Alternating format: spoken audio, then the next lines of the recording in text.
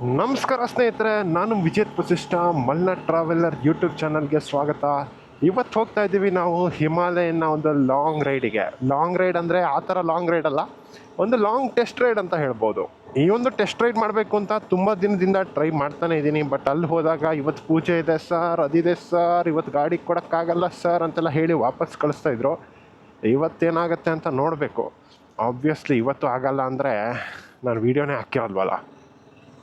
ಈ ಇಂಟ್ರೋ ಎಲ್ಲ ವೇಸ್ಟ್. ಮೊನ್ನೆನೂ ಈ ಥರ ಮಾಡಿ ವೇಸ್ಟ್ ಆಗಿದೆ. ಆದರೆ ಪ್ರಾಬ್ಲಮ್ ಏನು ಅಂದರೆ ಮಳೆ ಜೋರು ಬರೋ ಎಲ್ಲ ಲಕ್ಷಣ ಕಾಣಿಸ್ತಾ ಇದೆ. ಇವನು ಯಾರು ಗುರು ರೈಟ್ ಇಂಡಿಕೇಟ್ರ್ ಹಾಕ್ಕೊಂಡು ಲೆಫ್ಟ್ ಹೋಗ್ತವನೇ? ಗುರು ಮಳೆ ಬಂದರೆ ಏನಾಗುತ್ತಂದರೆ ನನ್ನ ಮೈಕ್ ಒದ್ದೆ ಆಗಿಬಿಡುತ್ತೆ. ಈ ಕ್ಯಾಮ್ರಾ ಆದರೂ ವಾಟರ್ ಪ್ರೂಫು, ಮೈಕ್ ಅಲ್ಲ ಗುರು. ಈ ಥರ ವೆಟ್ ಸರ್ಫೇಸ್ ಇದ್ದಾಗ ಸ್ವಲ್ಪ ಕಷ್ಟ ಆಗುತ್ತೆ ಅಲ್ವಾ ಓಡಿಸೋದು ಗಾಡಿ. ಅದರಲ್ಲೂ ಈ ಹಳೆ ಗಾಡಿಲಂತೂ ಕೇಳೋದೇ ಬೇಡ. ವೆಲ್, ಓಡಿಸೋ ಟೈಮ್ ಬಂದಿದೆ ಇವಾಗ ಗಾಡಿನ. ಹಿಮಾಲಯನ್ ಆ್ಯಕ್ಚುಲಿ ಕಲರ್ ಫೇಡ್ ಆಗಲ್ಲ ಅಂತಿದ್ದಾರೆ. ಇಲ್ಲಿದೆ ನೋಡಿ, ಇದು ಹಳೆ ಕಲರ್. ಇದು ಇನ್ನು ಅಲ್ಲಿ ಬಿಟ್ಟಿರುವಂಥದ್ದು ಹೊಸ ಗಾಡಿ. ಇಲ್ಲಿ ಸ್ವಲ್ಪ ಜಾಸ್ತಿನೇ ವೈಟ್ ಇದೆ. ಇದು ಕಲರು ಸ್ವಲ್ಪ ಡಿಮ್ ಆಗುತ್ತೆ ಅಂತಲೇ ಹೇಳ್ಬೋದು ಓವರ್ ದ ಟೈಮ್. ಇನ್ನು ಇದು ಹೊಸ ಹಂಟರ್ ಅನ್ಸುತ್ತೆ. ಕಲರ್ ಸ್ಕೀಮು ಚೆನ್ನಾಗಿ ಕಾಣಿಸ್ತಾ ಇದೆ, ಬ್ಲ್ಯಾಕು ರೆಡ್ಡು. ಆ್ಯಂಡ್ ಇವಾಗ ಇದು ಐ ಥಿಂಕ್ 825 mm ಇಲ್ಲಿದೆ. 845 ಹಾಕಿದ್ರೆ ಇಲ್ಲಿಗೆ ಬರುತ್ತೆ. ಸೊ ನಾನು ಕೇಳಿದ ಪ್ರಕಾರ 845 ತುಂಬ ಕಂಫರ್ಟಬಲ್ ಆಗಿದೆ. 845 mm ಮಾಡ್ತೀನಿ. ಸೊ ಸೀಟ್ ಹೈಟನ್ನು 845 mm ಮಾಡ್ತಾ ಇದ್ದೀವಿ.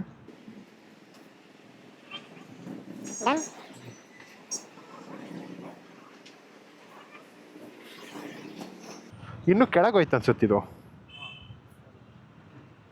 ಓಕೆ, ಇಲ್ಲಿಗೆ ಬರುತ್ತೆ ಅಂತ ಕೇಳಿದ್ದೆ. 845 mm ಅಷ್ಟೇ ಬರೋದು. ಇದೊಂದು ಓಕೆ, ಇವಾಗ ಹೈಯೆಸ್ಟಲ್ಲೇ ಇದೆ ಅದು. ಓಕೆ,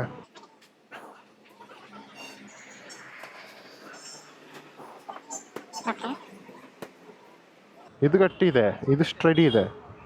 ಇದು ಲಾಕ್ ಆಗಿದೆ. ಇದು ಮುಂದೆ ಲಾಕ್ ಆಗಿದೆ, ಹಿಂದೆ ಏನೋ ಲಾಕಿಂಗ್ ಮಿಸ್ಟೇಕ್ ಆಗಿದೆ. ಅದು ಗೊತ್ತಾಗಲ್ಲ ಬಿಡಿ. ಬೇಡ,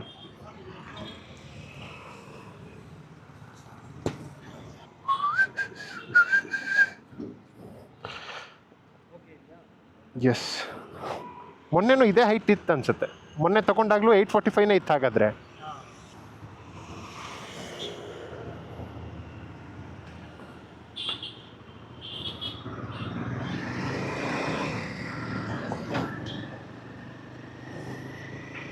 ವೆಲ್, ಫಸ್ಟ್ ಫ್ಲೋರಲ್ಲಿ ಕೂತ್ಕೊಂಡು ಗಾಡಿ ಓಡಿಸ್ತಾ ಇದ್ದೀನಿ ಗಾಯ್ಸ್.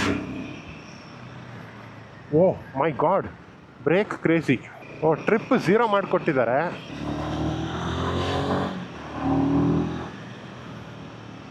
ಇದು ವೈಬ್ರೇಷನ್ ಇದೆ ಆ್ಯಕ್ಚುಲಿ.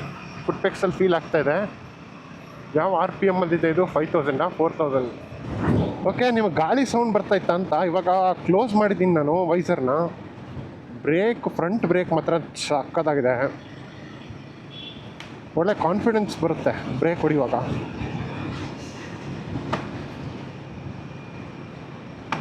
ನೋಡಿ ನಾನು ಎಷ್ಟು ಹೈಟಲ್ಲಿ ಕೂತಿದ್ದೀನಿ ಅಂದರೆ ಲಿಟ್ರಲಿ ಎಲ್ಲ ಫೀಲ್ ಆಗ್ತಾ ಇದೆ ನನಗೆ ಎಷ್ಟು.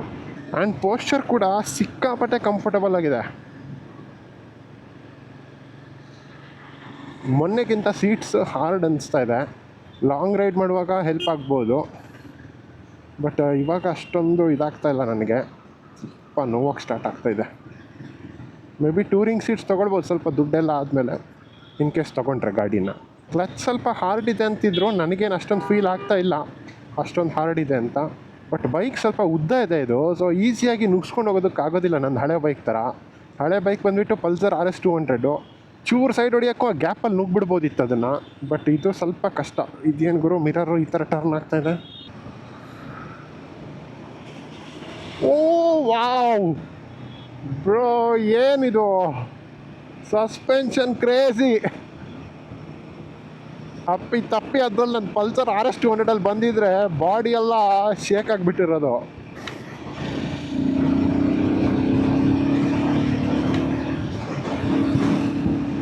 ಪಿಕಪ್ ಬೇಕಾ? ಒಂದು ಗೇರ್ ಮೈನಸ್ ಮಾಡು, ಹೇಳಿ. ನಿಜವಾಗ್ಲೂ ಎಷ್ಟೋ ಹೈಟ್ ಕೂತ್ಕೊಂಡು ಓಡಿಸೋ ಫೀಲ್ ಬರ್ತಾ ಇದೆ ನನಗೆ. ಇಲ್ಲಿ ನೋಡಿ, bad roads doesn't matter, this is Himalayan. Nice brakes, ಒಳ್ಳೆ ಕಾನ್ಫಿಡೆನ್ಸ್ ಬರುತ್ತೆ ಬ್ರೇಕ್ಸು. ಸೊ ಇಲ್ಲಿ ನೋಡಿ, ಇದು ಬಂದುಬಿಟ್ಟು 390 ಅಡ್ವೆಂಚರ್ ಎಕ್ಸ್ ನನ್ನ ಪಕ್ಕದಲ್ಲಿ ಹೋಗ್ತಿರುವಂಥದ್ದು. ನಿಮಗೆ ಇಲ್ಲೇ ಗೊತ್ತಾಗ್ತಾ ಇದೆ ನಾನು ಎಷ್ಟು ಹೈಟಲ್ಲಿ ಕೂತಿದ್ದೀನಿ ಅಂತ.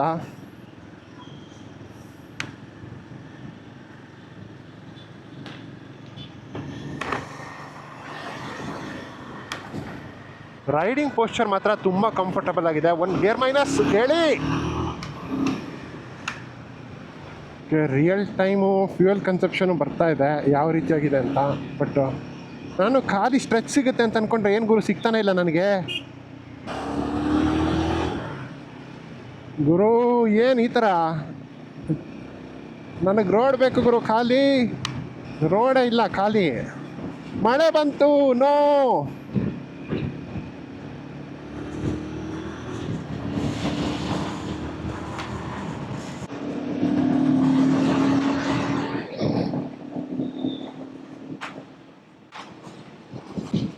Yes, I can feel the vibration in foot pegs. 95. ಇನ್ನೂ ಇದೆ ವೈಬ್ರೇಷನ್ನು, ಜಾಸ್ತಿ ಆಗ್ತಾ ಇದೆ. ಸೊ 100 ಹೋಗೋ ಪ್ಲಾನ್ ಇದ್ರೆ ಇದರಲ್ಲಿ ಹೆವಿ ವೈಬ್ರೇಷನ್ ಫೀಲ್ ಆಗ್ತಿದೆ. ಇದರಲ್ಲಿ KTM ಅಷ್ಟಂತೂ ವೈಬ್ರೇಷನ್ ಇಲ್ಲ, ಅದಂತೂ ಹೇಳ್ತಾ ಇದ್ದೀನಿ. ಓಕೆ, 85 ಇದ್ರೆ ಫೀಲ್ ಆಗಲ್ಲ ಅಷ್ಟು. 95 ಆಯಿತು ಅಂದರೆ ಆ್ಯಕ್ಚುಲಿ ಫೀಲ್ ಆಗ್ತಾ ಇದೆ.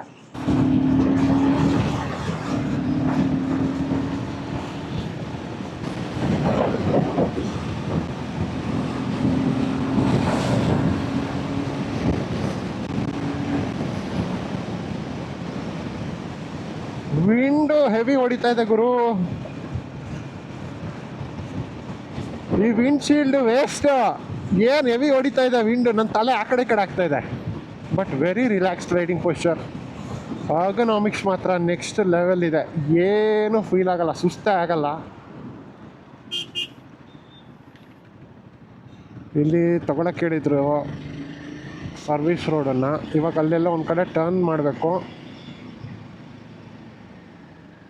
ನೋ ಸಖತ್ತಾಗಿದೆ. ಬ್ರೇಕ್ಸ್, ಫ್ರಂಟ್ ಬ್ರೇಕ್ಸ್ ಚೆನ್ನಾಗಿದೆ.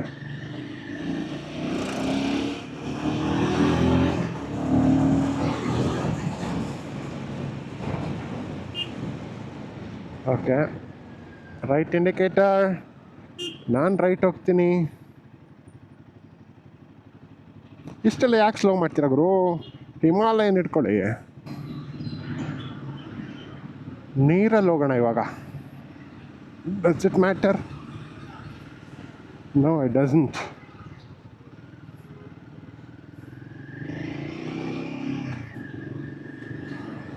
Bad road. Oh, nice.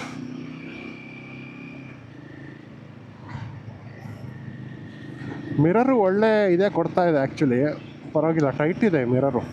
ಈಗ ನಾನು ಮತ್ತೆ ಫ್ಲೈ ಓವರ್ ಹತ್ತೋದು ಹೆಂಗೆ?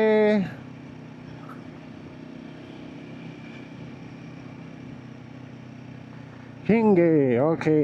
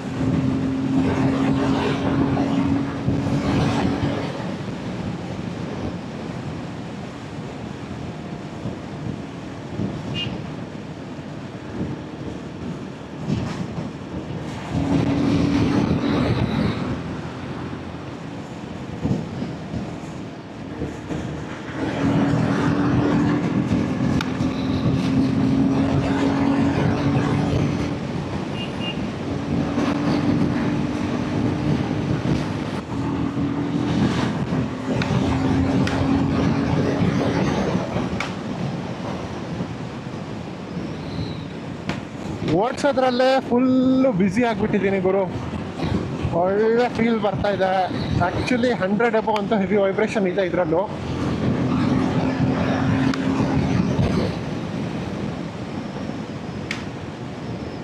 KTM ಅಷ್ಟಂತೂ ಇಲ್ಲ ಬಿಟ್ಟಾಕಿ ಏನೇ ಆದರೂ.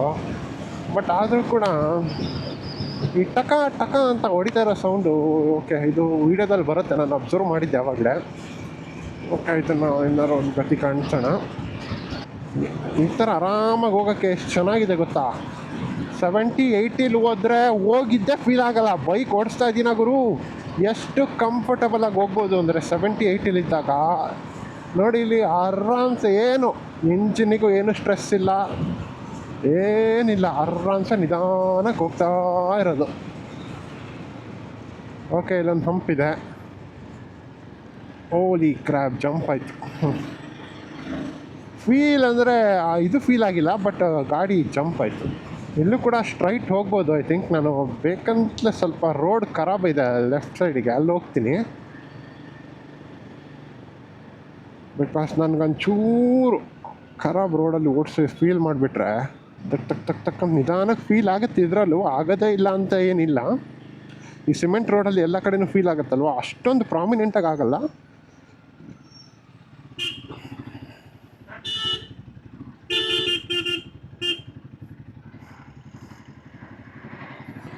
ಇಲ್ಲೇ ನಿಲ್ಲಿಸ್ಬೇಕಿತ್ತ ಗುರು ಇವರಿಗೆ. ಆ್ಯಕ್ಚುಲಿ ಸಿಟಿಲಿ ಸ್ವಲ್ಪ ಕಷ್ಟ ಆಗುತ್ತೆ, ಎಸ್ಪೆಷಲಿ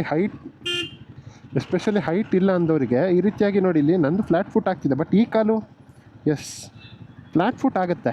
ನನಗೆ 845 ಅಂತ ಇಟ್ಟಿದ್ದೀನಿ ಅವ್ರ ಪ್ರಕಾರ ನಾನು ಸೀಟ್ ಹೈಟನ್ನು. ಬಟ್ ಆದರೂ ಕೂಡ ಸಿಟಿಲಿ ಸ್ವಲ್ಪ ಟಾಪ್ ಹೆವಿ ಅನಿಸುತ್ತೆ. ಟಾಪ್ ಹೆವಿ ಅಂದರೆ ಎಕ್ಸಾಕ್ಟ್ಲಿ ಗಾಡಿದು ಇರೋ ಬರೋ ವೆಯ್ಟ್ ಎಲ್ಲ ಇಲ್ಲೇ ಇದೆ, ಆ ಥರ ಫೀಲ್ ಆಗುತ್ತೆ. Suspension check. Oh my god, crazy, ಏನು ಗೊತ್ತೇ ಆಗಿಲ್ಲ ಅಲ್ಲಿ ಹೋಗಿದ್ದು. ನಿಜವಾಗ್ಲೂ ಸಸ್ಪೆನ್ಷನ್ ಸಖತ್ತಾಗಿದೆ. ಈ ಸಸ್ಪೆನ್ಷನಿಗೋಸ್ಕರ ಆದರೂ ಈ ಗಾಡಿ ತೊಗೊಳ್ಬೇಕು ಅನಿಸ್ತಾ ಇದೆ ಗುರು. ಏನು ಕ್ರೇಜಿ ಸಸ್ಪೆನ್ಷನ್ ಕೊಟ್ಟಿದ್ದಾರೆ. ಅದೇ ಮೇಯ್ನ್ ರೀಸನ್ನು. ಇವಾಗ ಸ್ವಲ್ಪ ಕುಳ್ಳಕ್ಕಿದ್ದವ್ರಿಗೆ ಇದು ಮ್ಯಾನೇಜ್ ಮಾಡೋಕ್ಕೆ ಕಷ್ಟ ಆಗುತ್ತೆ. ತುಂಬ ಹೈಟ್ ಇದೆ ಅದು ಬೇರೆ ವಿಷಯ, ನಿಮಗೆ ಲೋವರ್ ಸೀಟ್ ಹೈಟ್ ಇರೋದು ಎಲ್ಲ ಸಿಗುತ್ತೆ. ಬಟ್ ಇಲ್ಲಿ ಇದು ಇವಾಗ ಟಾಪ್ ಹೆವಿ ಅಂತಾರಲ್ಲ, ಇವಾಗ ನೋಡಿ ಇದರಲ್ಲಿ ಫ್ಯೂಯಲ್ ಬಂದುಬಿಟ್ಟು ಫುಲ್ ಏನಿಲ್ಲ, ಇಷ್ಟಿದೆ. ಓ, ಅವಾಗಂತೂ ಇಲ್ಲಿ ತೋರಿಸ್ತಾ ಇತ್ತು. ಅಂದರೆ ಅದು ಸೆನ್ಸರ್ ನೋಡಿ, ಸ್ಟ್ಯಾಂಡ್ ಹಾಕಿದಾಗ ಎಷ್ಟು ಕಮ್ಮಿ ತೋರಿಸುತ್ತೆ, ಇಷ್ಟಿದೆ ಇವಾಗ ಫ್ಯೂಯಲ್ಲು. ಇನ್ನೂ ಫುಲ್ ಮಾಡಿಬಿಟ್ರೆ ಇನ್ನೂ ಹೆವಿ ಅನಿಸುತ್ತೆ ನಿಮಗೆ. ಅದು ಈ ಥರ ಮೂವ್ ಆಗ್ತಾಯಿದ್ರೆ ತೊಂದರೆ ಇಲ್ಲ. ಎಲ್ಲಾದರೂ ನಿಂತು ರೆಡ್ ಸಿಗ್ನಲಲ್ಲಿ ಚೂರು ನಿಂತು ಮೂವ್ ಆಗ್ತೀವಲ್ವಾ, ಅವಾಗಂತೂ ಹೆವಿ ಫೀಲ್ ಆಗುತ್ತೆ. ಬಟ್ ಇವಾಗಲೂ ಹೇಳ್ತಾ ಇದ್ದೀನಿ, ಈ ರೀತಿಯಾಗಿ ಆರಾಮ್ಸೆ ನಿಧಾನ ಹೋಗ್ತಾ ಇದ್ದರೆ ಗಾಡಿ ಹೋಗ್ತಾ ಇರೋದೇ ಫೀಲ್ ಆಗಲ್ಲ. ಅಷ್ಟು ಸ್ಮೂತಾಗಿದೆ, ಅಷ್ಟು ಕಂಫರ್ಟಬಲ್ ಆಗಿದೆ. ನನ್ನ ಫ್ರೆಂಡ್ ಒಬ್ಬ ತೊಗೊಂಡಿದ್ದಾನೆ ಲಾಸ್ಟ್ ಇಯರು. ಒಮ್ಮೆ ಕೇಳಿಬಿಡ್ತೀನಿ ಏನಾದರೂ ಅಂಥ ದೊಡ್ಡ ಇಶ್ಯೂ ಆಗಿದೆಯಾ ಅಂತ. ಲೈಕ್ ಒಂದು ಸೆಟ್ ಇಶ್ಯೂ ಆ ಥರ ಎಲ್ಲ ಏನಾದರೂ ಆಗಿದ್ದರೆ ಇಷ್ಟೊತ್ತಿಗಾಗಲೇ ಸಾರ್ಟ್ ಔಟ್ ಮಾಡಿರ್ತಾರೆ ರಾಯಲ್ ಎನ್ಫೀಲ್ಡ್ ಅವರು. ಹೊಸದಾಗಿ ಮ್ಯಾನುಫ್ಯಾಕ್ಚರ್ ಆಗಿರೋದ್ರಲ್ಲಿ ಅಂಥದ್ದೇನು ಬರೋಕ್ಕಿಲ್ಲ.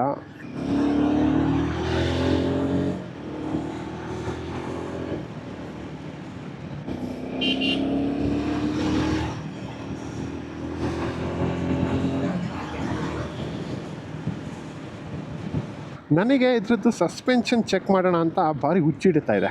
ಅದಕ್ಕೋಸ್ಕರನೇ ಏನು ನೋಡೋದೇ ಇಲ್ಲ, ಜಸ್ಟ್ ಮಾತಾಡ್ಕೊಂಡು ಬರ್ತಾ ಇದ್ದಾರೆ.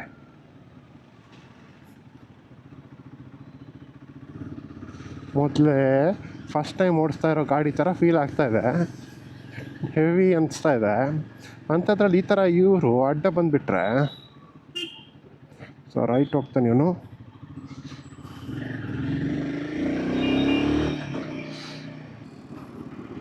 ನೋಡಿ ಗುಂಡಿ, ವಾವ್, ನೈಸ್ ಸಖತ್ತಾಗಿ ತಗೊಳುತ್ತೆ ಸಸ್ಪೆನ್ಷನು. ಎಂಥ ಗುಂಡಿ ಇದ್ದರೂ ಸ್ವಲ್ಪ ಹೀಟ್ ಹೊಡಿತಾ ಇದೆ ಕಾಲಿಗೆ.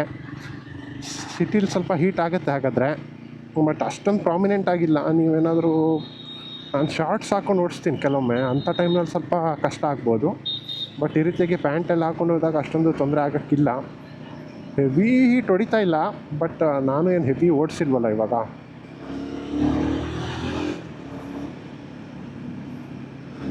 ಎನಫ್ ಪವರ್ ಗುರು, ಇಷ್ಟು ಪವರ್ ಇದ್ದರೆ ಸಾಕು ಸಿಟಿಲಿ ಆರಾಮ್ಸೆ. 4000 ಕಿಲೋಮೀಟ್ರ್ ಹೋಗಿದೆ ಇದು. ಇದರಲ್ಲಿ ನನಗೆ ಇಷ್ಟ ಆಗದೆ ಇರೋದು ಅಂತಂದರೆ ಸ್ವಿಚ್ ಗೇರ್ ಗೈಸ್. ಇಲ್ಲಿ ನೋಡಿ, ಇಲ್ಲಿ ಇದು ಈ ರೀತಿಯಾಗಿ ಪಾಸಿಂಗ್ ಲೈಟ್, ನಮಗೆ ಪಾಸಿಂಗ್ ಲೈಟ್ ಈ ರೀತಿಯಾಗಿ ಮಾಡಿ ಅಭ್ಯಾಸ ಇರುತ್ತೆ ಇಲ್ಲಿ. ಸೊ ಬಟ್ ಇದನ್ನು ಇದು ಮಾಡಿಟ್ಟಿದ್ದಾರೆ. ಈ ಥರ ಹೆಡ್ಲೈಟ್ ಯಾರು ಮಾಡ್ತಾರೆ? ಪಾಸಿಂಗ್ ಲೈಟ್ ಈ ರೀತಿಯಾಗಿ ಯಾರಾದರೂ ಹಾಕ್ತಾರಾ? ಕಷ್ಟ ಇದು. ಎಲ್ಲರೂ ಈ ಬೆರಳೇ ಯೂಸ್ ಮಾಡೋ ಅಭ್ಯಾಸ. ಇನ್ನು ಮೋಡ್ಸ್, ಇಲ್ಲಿ ಮೋಡ್ ಇದೆ ಬಟನ್ನು, ಇದು ಮೋಡು.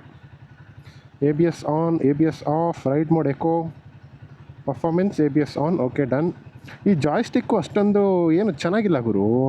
ರೇಂಜ್ ತೋರಿಸ್ತಾ ಇದೆ, ಫ್ಯೂಯಲ್ ಕನ್ಸಪ್ಷನ್ ಅದು ರಿಯಲ್ ಟೈಮ್ ಇರುತ್ತೆ ನನ್ನ ಪ್ರಕಾರ. ಟ್ರಿಪ್ 1 ಅವ್ರು ಇವಾಗ ನನಗೆ ಹಾಕ್ಕೊಟ್ಟಿದ್ದು 20 ಕಿಲೋಮೀಟ್ರ್ ಓಡಿಸಿದ್ನ ನಾನು. 31 ಇವಾಗಿದ್ದು ನೋಡಿದ್ರೆ ಆ್ಯಾವ್ರೇಜೇ 51 ಕಿಲೋಮೀಟ್ರ್ ಇದೆ ಅಲ್ಲ ಗುರು. 24 ನಿಮಿಷ ಓಡಿಸಿದ್ದೀನಂತೆ.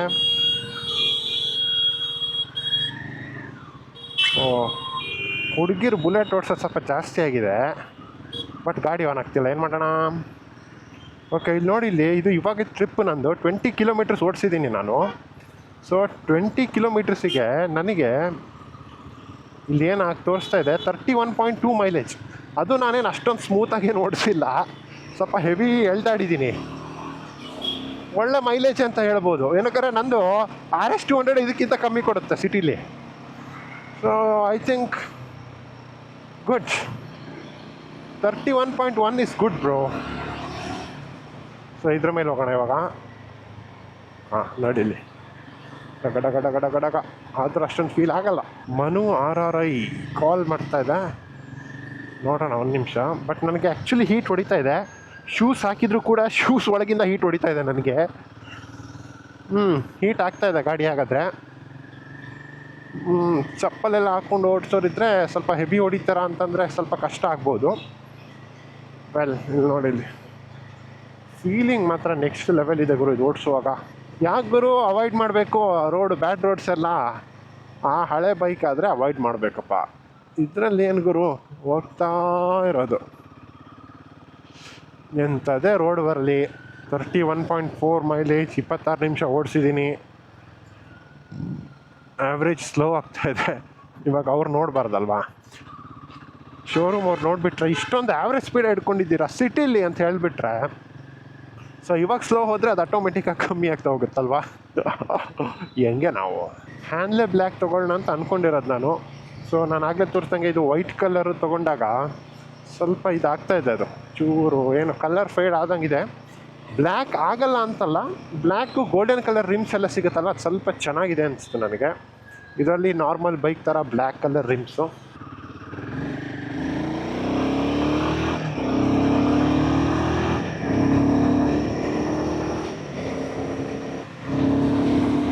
ಬೈಕ್ ಸೌಂಡು ಚೆನ್ನಾಗಿದೆ. ಎಕ್ಸಲೇಟರ್ ಕೊಟ್ಟಾಗ ಸೌಂಡ್ ಬರುತ್ತಲ್ಲ ನೋಡಿ, ನೈಸ್.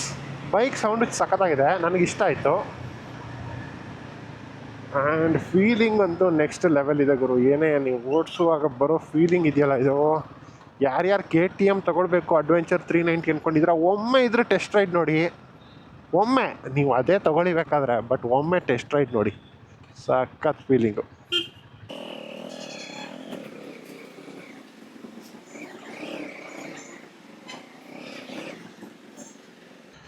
ಸ್ಟ್ಯಾಂಡು ಹಾಕಿ ಇದು ಸಿಕ್ಕಾಪಟ್ಟೆ ಬೈಕ್ ಬೆಂಡ್ ಆಗಿಬಿಡುತ್ತೆ. ಇದಾದಮೇಲೆ ಯಪ್ಪ ಒಮ್ಮೆ ಈ ರೀತಿಯಾಗಿ ಸೌಂಡ್ ಬರಬೇಕು ಎತ್ತಬೇಕಂದ್ರೆ.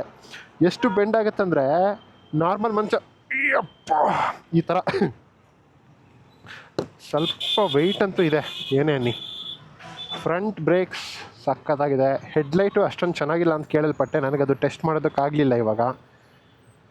ಇನ್ನು ಅದು ಬಿಟ್ಟರೆ ಟಯರ್ಸು ಗ್ರಿಪ್ ಎಲ್ಲ ಚೆನ್ನಾಗಿದೆ ಅಂತ ಅನಿಸ್ತು ನನಗೆ, ಅಷ್ಟೇನು ವರ್ಸ್ಟ್ ಇಲ್ಲ. ಮೇಯ್ನು ವೆಯ್ಟ್ ಗೈಸ್, ಇಲ್ಲೇ ಆ ವೆಯ್ಟ್ ಏನಿದೆ ಬೈಕಿದು ಅರ್ಧ ವೆಯ್ಟ್ ಇಲ್ಲೇ ಇದೆ ಅಂತ ಫೀಲ್ ಆಗಿಬಿಡುತ್ತೆ. ಸೊ ಈ ಪಾರ್ಟ್ಸ್ ಎಲ್ಲ ತೆಗೆದುಬಿಟ್ರೆ ಸ್ವಲ್ಪ ವೆಯ್ಟ್ ಕಮ್ಮಿ ಆಗುತ್ತೆ, ಬಟ್ ಲುಕ್ಕು ಹೋಗುತ್ತಲ್ವಾ.